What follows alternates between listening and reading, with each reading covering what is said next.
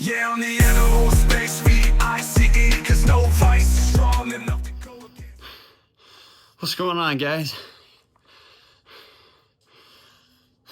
My name is Novice, except for not really. Of course, that's not my given name. I don't know if I've actually said my given name yet on this channel, but y'all will figure it out eventually. Let's talk about Relapse. It's been on my mind a lot. Not for the reason that you might think. I am still effectively 6-7 days sober, clean, free, whatever you want to call it. And depending on where you're at on your journey, that may not sound too impressive, or that may seem impossible. And that's the thing about addiction, is that everybody's at a different place in that journey. And it's a very real struggle. The reason addiction is on my mind is because somebody who is near and dear to me, who is also going through the same struggles that I am, dealing with the same addiction, had an incident today. And I don't mean to laugh, I just think it's funny the way that people talk about it, because it's such a taboo topic, and I really don't think it should be. I think that's part of the problem. I think if people treated it the same way that they treat any other problem, addiction, etc., that, oh, bless me. I think if it wasn't so taboo, so demonized, it wouldn't be so hidden.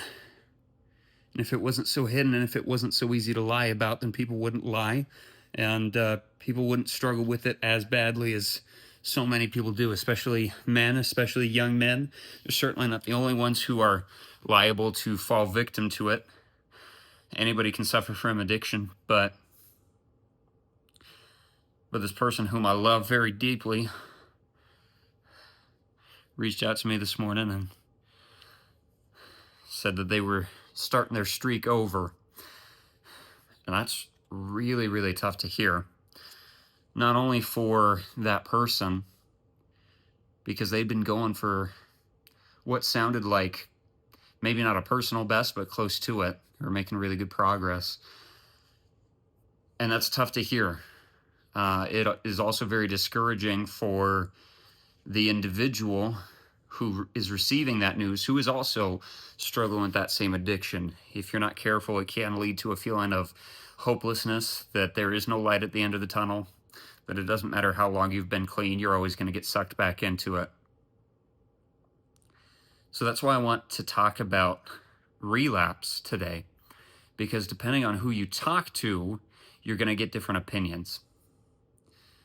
Somebody who's been struggling with the addiction for a while, but is overall building healthier habits and is working with the neuroplasticity to rewire their brain. If we're not very careful, it becomes very easy to justify or excuse relapse. And that's why I want to speak delicately here, because I don't want to throw anybody under the bus. I know better than most how easy it is to relapse. And I also know that that doesn't mean that you've lost all your progress. If you pick yourself back up and you don't continue to spiral and you don't continue to indulge in that addiction, then you can get back on track relatively easily. But the more that you have that mindset, the harder and harder it is, and the easier it is to justify the next time. That, oh, I haven't erased all progress, I haven't gone totally backwards, so what did it really hurt?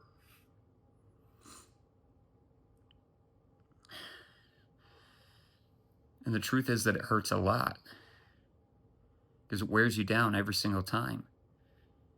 And gets your brain sucked right back into that dopamine negative feedback loop. The dopamine spike, the cortisol crash. Your brain isn't getting the serotonin or the oxytocin that it needs.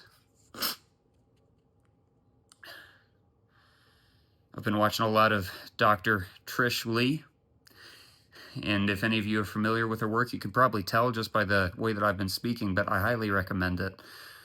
From what I gather, she is Christian, as am I, but I appreciate the take on overcoming the addiction in a way that doesn't revolve centrally around faith. Now, spirituality is a pillar that does need to be there.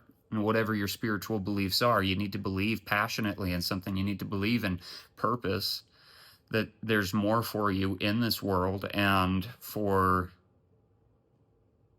Christians with this addiction, and there's a hurtful amount of those of us out there,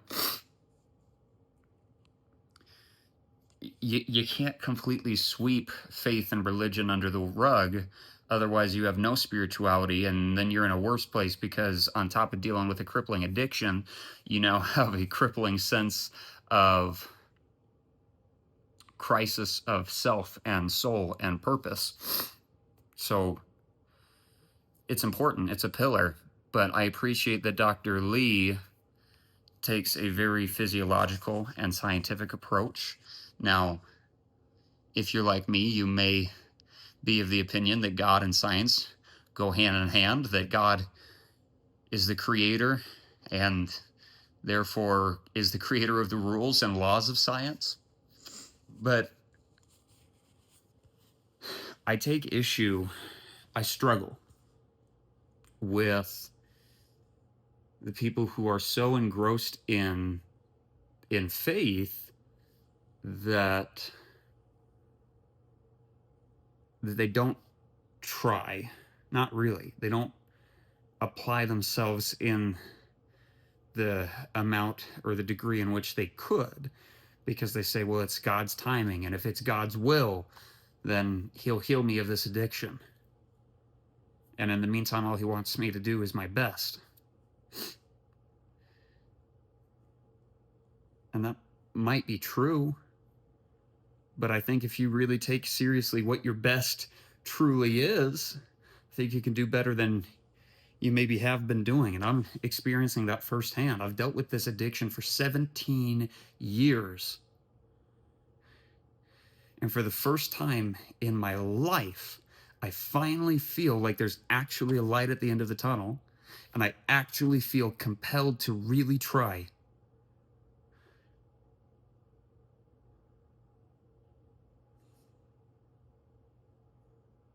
I can't allow for relapse. I can't allow that to be an excuse. I can't have that as a door that's open in my mind saying that God will forgive me because I'm trying my best. If I let that happen, I'm not trying my best, because I have control over me. I have full autonomy. Nobody is forcing me to do that, and I know how damaging it is. So I can't fail. I cannot and I will not allow that to happen. This whole channel has been founded on the concept, on the idea, on the heartfelt belief that there is no vice in this world, in any plane of existence, that is strong enough to beat you.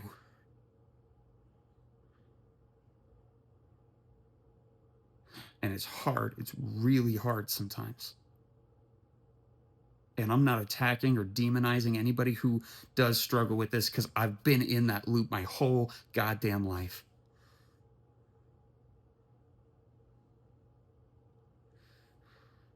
But at some point, you got to put the foot down.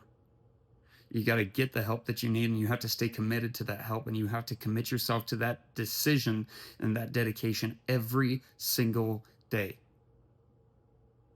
And there's going to be days where you don't want to, where you want to throw it all away, and you want to go back to what's easier. But you've been doing that for years. And has it worked for you? Have you felt happy? Have you felt fulfilled? Have you felt passionate? Have you felt loving? Have you felt peace? So I haven't.